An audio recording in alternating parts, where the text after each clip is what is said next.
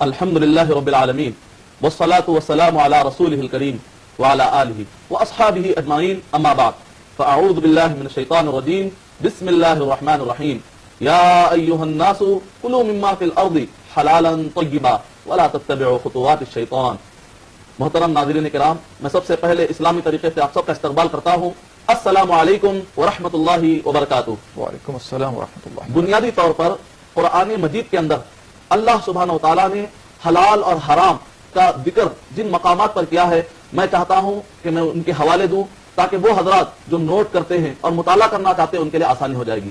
اللہ سبحانہ و تعالیٰ نے سورہ بقرہ سورہ نمبر 2 آیت نمبر 168 168 کے اندر، سورہ بقرہ سورہ نمبر 2 آیت نمبر 172 اور آیت نمبر 173 کے اندر، سورہ نساء سورہ نمبر 4 آیت نمبر 11 اور 12، سورہ نساء سورہ نمبر 4 آیت نمبر 23 اور 24، سورہ نساء سورہ نمبر 4 آیت نمبر 29، سورہ مائدہ سورہ نمبر 5 آیت نمبر 1، سورہ مائدہ سورہ نمبر 5 آیت نمبر 3، سورہ مائدہ سورہ نمبر 5 آیت نمبر 5، سورہ مائدہ سورہ نمبر 5 آیت نمبر 90 اور 91، سورہ انعام سورہ نمبر 6 آیت نمبر 150 اور آیت نمبر 151، سورہ انعام سورہ نمبر 6 آیت نمبر 119، سورہ انعام سورہ نمبر 6 آیت نمبر 121، سورہ آراف سورہ نمبر 7 آیت نمبر 31، سورہ آراف سورہ نمبر 7 آیت نمبر 32، سورہ آراف سورہ نمبر 7 آیت نمبر 157، سورہ مومنون سورہ نمبر 23 آیت نمبر 51۔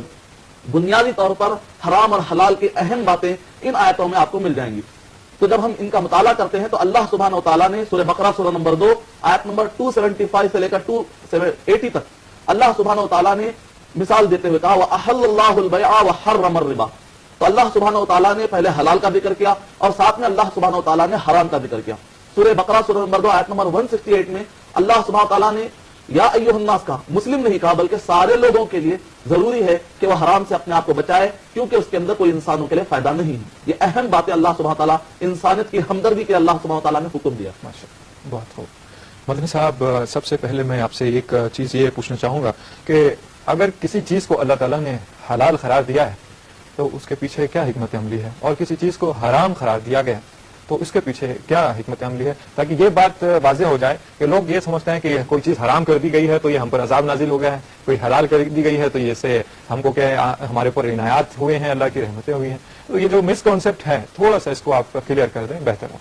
یہ بھی بہت اچھا سوال ہے کہ حلال اور حرام کے بارے میں جنرل کیا حکمتیں پائی جاتی ہے. ویسے اسپیسیفک ایک حرام چیز کو اگر آپ لیں گے تو ماڈرن سائنس آپ کو بتاتی ہے کہ واقعی اس کے اندر نقصانات ہیں. البتہ جنرل جو حلال اور حرام کا کانسیپٹ ہے اس کے پیچھے شریعت کی کیا حکمت ہے. تو شریعت انسانوں کے 5 چیزوں کی حفاظت کرنا چاہتی ہے ماشاءاللہ، اور نتیجے میں اللہ سبحانہ و تعالیٰ نے ایسے اصول بتائے تاکہ انسانوں کو ان 5 چیزوں سے بچا لیا جائے. تو سب سے پہلے شریعت خیال کرتی ہے کہ انسان کے عقل کی حفاظت کی جائے. یہی وجہ ہے کہ اسلام نے شراب کو حرام قرار دیا کیونکہ اس میں انسان کی عقل ماری جاتی ہے. سورہ مائدہ سورہ نمبر 5 آیت نمبر 90 اور 91. دوسری چیز اللہ سبحانہ و تعالیٰ نے انسان کے مال کی حفاظت فرمائی. یہی وجہ ہے کہ اللہ سبحانہ و تعالیٰ نے سود کو، چوری کو اللہ سبحانہ و تعالیٰ نے حرام قرار دیا اور جائز طریقوں کو اللہ سبحانہ و تعالیٰ نے حلال قرار دیا. سورہ بقرہ سورہ نمبر 2 آیت نمبر 275 سے لے کر 280 تک. تیسری چیز اللہ سبحانہ و تعالیٰ نے انسان کے عزت کی حفاظت فرمائی. یہی وجہ ہے کہ اللہ سبحانہ و تعالیٰ نے تہمت ڈالنے والے کو سخت سزا کا اعلان کیا، کہا کہ 80 کوڑے مارے جائیں اگر وہ گواہ پیش نہ کرے. سورہ نور سورہ نمبر 24 آیت نمبر 4. چوتھی چیز اللہ سبحانہ و تعالیٰ نے انسان کے پروجن یعنی نسب کی اللہ سبحانہ و تعالیٰ نے حفاظت فرمائی. یہی وجہ ہے کہ اللہ سبحانہ و تعالیٰ نے زنا کو حرام قرار دیا. سورہ بنی اسرائیل سورہ نمبر 17 آیت نمبر 32، سورہ نور سورہ نمبر 24 آیت نمبر 1، 2 اور 3. اور اسی طریقے سے اللہ سبحانہ و تعالیٰ نے انسان کے جان کی حفاظت فرمائی. یہی وجہ ہے کہ اللہ سبحانہ و تعالیٰ نے ایک معصوم کو، چاہے وہ کافر ہو چاہے مسلم ہو، کسی کے قتل کرنے کی اسلام اجازت نہیں دیتا. سورہ مائدہ سورہ نمبر 5 آیت نمبر 32، صحیح بخاری والیوم نمبر 9 حدیث نمبر 49. جس نے ایک معاہدہ کرنے والے غیر مسلم کو قتل کر دیا، معصوم کو قتل کر دیا، اور وہ مسلمان جنت کی خوشبو تک نہیں سونگے گا. یہ اہم تعلیمات اسلام میں ملتے ہیں جس میں پورے انسانیت کی حفاظت اللہ سبحانہ و تعالیٰ قرآن مجید اور احادیث طیبہ کے ذریعے سے پورے انسانوں کی حفاظت کی جاتی ہے. شکریہ مدنی صاحب، اس بات کو ہم جاری رکھیں گے، لیکن سب سے پہلے لیتے ہیں کالر ہمارے لائن پر ہیں. ہیلو. جی السلام علیکم. جی وعلیکم السلام. جی میں مبشر انور بول رہا ہوں پٹنہ سے. جی انور صاحب پٹنہ سے بول رہے ہیں، بہت بہت شکریہ آپ نے کال کیا ہمیں. بتائیے آپ کا سوال کیا ہے. جی ایکچولی ایک سوال ہمارا یہ ہے کہ جہاں پر ہم پوسٹڈ ہیں وہاں میں سروس کرتا ہوں تو وہاں زیادہ تر 99% غیر مسلم ہے. تو وہاں پر اکثر کچھ ان کا کچھ پروگرام چلتا رہتا ہے کچھ مذہبی، جس سے کہ کچھ ہولی فوڈ کھانا پڑتا ہے، مجبورتاً کھانا پڑتا ہے، کچھ مجبوری بن جاتی ہے. تو کیا یہ ایسا کھانا کہ اسلامک کھانا بھی حرام ہوگا کہ حلال ہوگا، یہ میں مدنی صاحب سے. جی بہتر، بہت بہت شکریہ آپ نے کال کیا. یقیناً آپ کے سوال کا جواب انشاءاللہ قرآن اور احادیث کی روشنی میں دیا جائے گا. شکریہ بہت بہت. مدنی صاحب انور صاحب نے پٹنہ سے کال کیا ہے، کہتے ہیں کہ کچھ ایسے فوڈ ہیں جو مقدس فوڈ مانے جاتے ہیں، یا بہرحال جو بھی ہے غیر مسلمانوں کے جو رواج ہیں اس کے حساب سے وہ کھانے وغیرہ کھلائے جاتے ہیں، تو یہ کہاں تک حلال ہے یا حرام ہے، اس کے متعلق معلوم۔ وعلیکم السلام ورحمۃ اللہ وبرکاتہ۔ اگر کوئی بھی غیر مسلم ہمیں دعوت دے تو ایسے وقت پر چاہے وہ یہودی ہو اور چاہے وہ غیر نان مسلم ہو، کوئی بھی، تو ایسے وقت پر سب سے پہلے آپ کے لیے یہ خیال کرنا پڑے گا کہ اگر وہ غذا شرکیہ جگہ پر شرک کرتے ہوئے، جس کے اندر شرک ملوث ہو اور باقاعدہ غیر اللہ کی عبادت کی گئی ہو، غیر اللہ کے نام پر وہ غذا جا کر آئے، چاہے وہ گوشت کی شکل میں ہو چاہے وہ گوشت کے بغیر والی شکل میں ہو، چاہے ویج ہو چاہے نان ویج ہو، تو ایسے وقت پر جس کے اندر بھی شرک ملوث ہو وہ غذا آپ نہیں کھا سکتے۔ قرآن مجید میں اللہ سبحانہ و تعالیٰ نے سورہ انعام سورہ نمبر 6 آیت نمبر 119، سورہ انعام سورہ نمبر 6 آیت نمبر 121 کے اندر اللہ سبحانہ و تعالیٰ نے اس کی اجازت نہیں دی۔ سورہ توبہ سورہ نمبر 9 آیت نمبر 23 کے اندر بھی اللہ سبحانہ و تعالیٰ نے اس سے منع فرمایا، اور خود غیر مسلم مذہبی کتابوں کے اندر شرک کو بیان کیا گیا۔ اس وجہ سے آپ ان کو بھی نصیحت کر سکتے ہیں، اگر وہ لوگ سمجھدار ہو تو آپ کی بات کو قبول کر لیں گے، یا کم سے کم اگر وہ آپ سے پوچھے کہ آپ کیوں نہیں کھاتے تو آپ کہہ دیجئے خود آپ کی مذہبی کتابیں بھی منع کرتے، لہٰذا میں کیسے کھا سکتا ہوں، میں تو احترام کرنے والوں میں سے ہوں۔ اس طریقے سے آپ ان کو حکمتاً سمجھا بھی سکتے ہیں۔ رگ ویدا اس کا بک نمبر 1 ہم نمبر 164 اور اس کی سطح number 46، Rigveda Yajurveda chapter number 40 verse number 9، Yajurveda chapter number 32 verse number 3، ان سب میں بتایا گیا ہے ایکم سد وپرا بہدا ویدانتی اندھن تما پرویشنتی اسمبھوتی اپاستے تتو بھویا ایوتے تمو یا اسمبھوتا رتا، ڈیوٹرانومی کے اندر بھی چیپٹر نمبر 6 ورس نمبر 4، اور اسی طریقے سے گاسپل آف مارک یعنی بائبل کے اندر کرسچن اور یہودیوں کو بھی آپ سمجھا سکتے ہیں، gospel of Mark chapter number 12 verse number 29 کے اندر شما اسرائیلو ادنا الہینو ادنا اخد، hear Israel the Lord our God is only one Lord. تو سب کو ایک اللہ کی عبادت کرنی چاہیے، اس کے علاوہ کسی کو بھی شریک کیا جاتا ہے تو ساری مذہبی کتابوں کی روشنی میں ان سب چیزوں کو ہم ساتھ نہیں دے سکتے۔ سورہ مائدہ نمبر 5 آیت نمبر 2، اچھے کاموں میں مدد کرو برے کاموں میں مدد مت کرو۔ جہاں تک مسئلہ آتا ہے ایسی غذاؤں کا کہ اگر کسی یہودی نے ذبح کیا ہے، کسی نصرانی نے ذبح کیا ہے تو شرعی طریقے سے اگر اس نے ذبح کیا ہے تو اسلامی اعتبار سے اس کی اجازت ہے، ان کے علاوہ کوئی اگر ذبح کرے تو پھر ان کا گوشت نہیں کھا سکتے آپ۔ اب رہا مسئلہ ہے کہ عام جیسے شادیوں کی پارٹی ہوتی ہے یا خوشی کی کوئی پارٹی ہوتی ہے جس کے اندر گوشت انوالو نہیں ہوتا، اگر ایسی پارٹی کوئی بھی غیر مسلم دے تو الحمدللہ آپ کھا سکتے ہیں جب تک کہ شریعت سے نہ ٹکرائے۔ امید کہ آپ کا جواب مکمل ہو۔ ہیلو ہیلو السلام علیکم جی وعلیکم السلام محترم، کون بول رہے ہیں محترم؟ جی میں عبدالوحید بات کر رہا ہوں۔ عبدالوحید صاحب کہاں سے بول رہے ہیں؟ حیدرآباد سے۔ جی میرا سوال یہ ہے جی کہ اسلامی نقطۂ نظر سے ٹٹو بٹر اور گل پھل کھانا کس طرح ہے، حرام ہے یا حلال ہے؟ جی جی آپ ایک بار واضح بتا دیں گے اپنا سوال؟ ہیلو ہلو جی ہیلو السلام علیکم۔ جی وعلیکم السلام ورحمۃ اللہ وبرکاتہ۔ میں محمد خلیل سعودی عرب سے بات کر رہا ہوں، میں جدہ سے۔ فیضان صاحب کیسے ہیں آپ؟ خیریت سے ہیں؟ اللہ کا شکر جدہ ہے میں صاحب۔ سب خیر خیریت؟ جی ہاں صاحب، جی فرمائیے کیا سوال کے ہے؟ توسط سے ہمیں معلوم ہوا تھا جی اجمیر کے عروسوں میں جی جو دیگوں میں جو کھانا وغیرہ پکتا ہے جی اور پھر لاکھوں روپے سے خرچ ہوتے ہیں، جی یہ جائز ہے یا ناجائز ہے یہ؟ جی جی اور دوسری بات یہ ہے جناب، اسلامی شریعت میں عرس کا منانا کہاں تک صحیح ہے؟ بہتر۔ اگر یہ بدعت سے بدعتوں کو روکنے کے بجائے اور اس کو ہم اس کو بڑھا رہے ہیں اور آگے کر رہے ہیں اس میں، جی اور اسی کے سلسلے میں دوسرا سوال یہ ہے کہ ہمارے معاشرے میں جو بدعتوں کا جو رواج ہے جی غم اور خوشی کے موقع پر جیسے 20واں 40واں جو کرنا ہے وہ کہاں تک جائز ہے؟ وہ بہتر اس لیے میں جناب علماء صاحب سے میں یہ استدعا کروں گا کہ تفصیلی جواب دے میرے کو۔ بہتر صاحب بہتر، بہت بہت شکریہ، آپ نے ہمیں جدہ سے کال کیا، آپ کے سوال کا جواب دیا جائے گا۔ مدنی صاحب ابھی کال آئے تھے جدہ سے، یہ جو عرس وغیرہ ہوتے ہیں یہاں کھانے بنتے ہیں، جیسے اجمیر شریف کا واقعہ انہوں نے کہا کہ دیگ پکائے جاتے ہیں کھلائے جاتے ہیں، پکانے کھلانے میں تو کسی طرح کی کوئی حرج ہے نہیں ہے، وہ نام اللہ کا ہی لیا جاتا ہے، ہر چیز جو بنتی ہے اللہ کے ہی نام سے بنتی ہے، ذرہ ذرہ اللہ کی جو ہے بندگی اپنا ذکر کر رہا ہے اللہ تعالیٰ کا، تو کوئی چیز غیر اللہ سے مانوس بھی کر دیتا ہے کوئی، تو حقیقت تو اس کا وجود نہیں ہے حقیقت۔ تو کھانا وغیرہ اور بدعت سے متعلق عرس وغیرہ یہ سارے سوالات انہوں نے پوچھے ہیں، اس سے متعلق جواب۔ وعلیکم السلام ورحمۃ اللہ وبرکاتہ۔ اللہ سبحانہ و تعالیٰ آپ کے توحید کے جذبے کو بڑھائے، اور اسی طریقے سے شرک اور بدعت کے بارے میں آپ کے اندر جو جذبہ پایا جاتا ہے، اس کی جو مخالفت پائی جاتی ہے، اللہ سبحانہ و تعالیٰ ہر مسلمان کے اندر اس کو تازہ کرے تاکہ لوگوں کو شرک سمجھ میں آئے، تاکہ لوگوں کو بدعت سمجھ میں آئے۔ تو جنرل میں آپ کو اصول بتاتا ہوں، آپ خود سمجھدار ہیں، سمجھ سکتے ہیں، جہاں کہیں بھی شرک پایا جائے، چاہے وہ مسلم ہو چاہے غیر مسلم ہو، وہ کھانا آپ نہیں کھا سکتے۔ اور اسی طریقے سے جہاں کہیں بھی بدعت پائی جائے، وہاں پر ایک مسلمان کے لیے جائز نہیں ہے کہ وہ ان بدعتوں کو اٹینڈ کرے۔ تو ایسے وقت پر آپ خود فیصلہ کر لیجئے کہ اگر کہیں پر شرک ہو رہا ہے، جہاں کہیں بھی آپ جا رہے ہیں، جو بھی آپ نے مقامات کے نام دے، جہاں کہیں بھی، تو ظاہر بات ہے وہ چیز نہیں کھا سکتے۔ جنرل اصول، جہاں کہیں بھی بدعت ہو رہی ہے، اگر آپ جہاں کہیں بھی اٹینڈ کریں گے، یقیناً وہاں پر بدعت ہو رہی ہے، تو ظاہر بات ہے کہ مسلمان کو ان بدعتی کاموں میں حصہ نہیں لینا چاہیے۔ یہ جنرل اصول انشاءاللہ آپ کے لیے کافی ہے۔ اور اس سے پہلے